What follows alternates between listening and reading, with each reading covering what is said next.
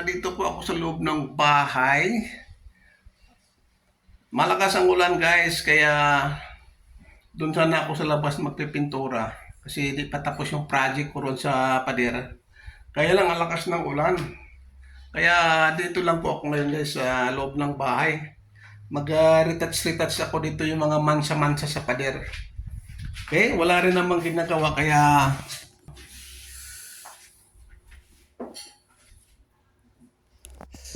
yan po guys yung aking yung mga mansa na yan. Papunta doon sa kwarto. Yan, maraming mansa po yan guys. Kaya, yun po yung aking i-retouch-retouch. Okay? Ayan guys.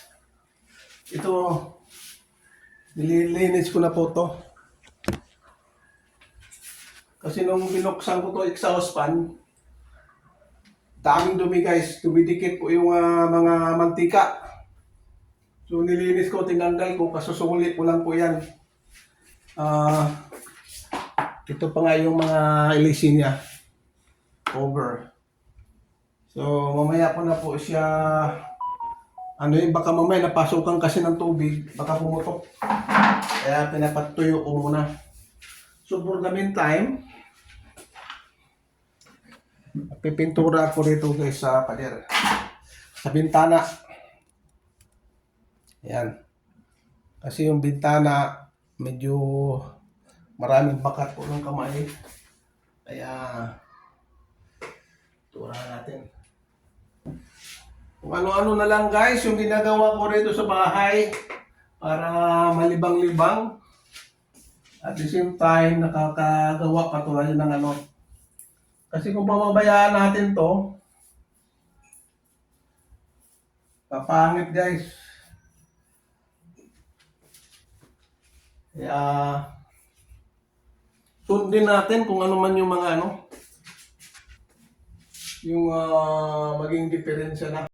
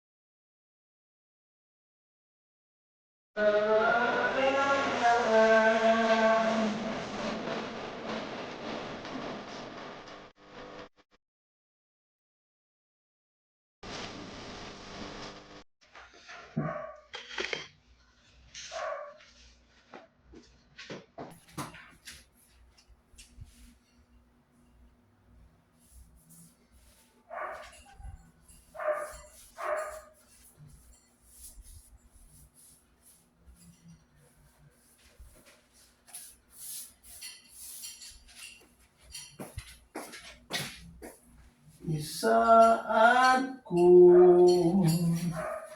ang pingan kong bumang ito. Yan. Isaat ko imudagyud ako. Yes!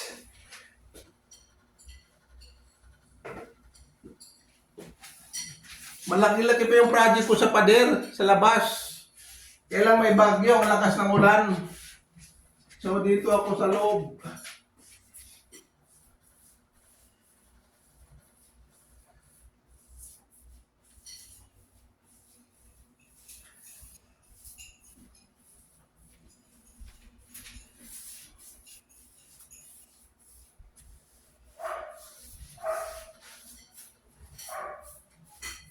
Yan o.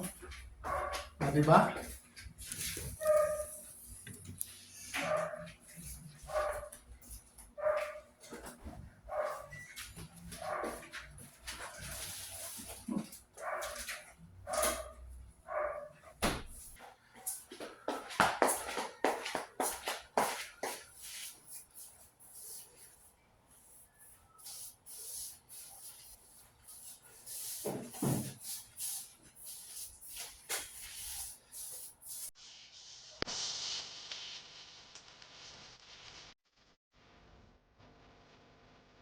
La, la.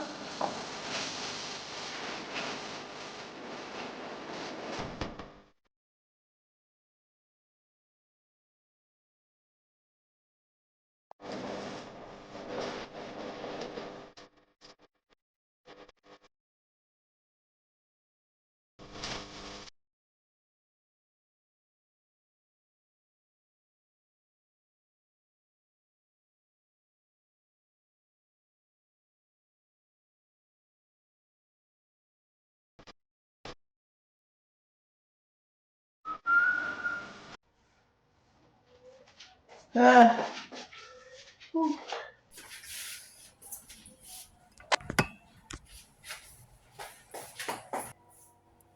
Kaya lang parang hindi na hindi na pantay yung pintura kasi siyempre pag naluma na, nag-iiba na yung kulay. So,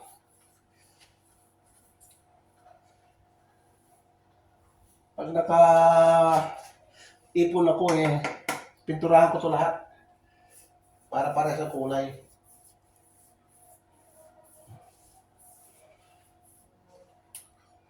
For the meantime, ito lang muna, retouch lang muna. Ayan.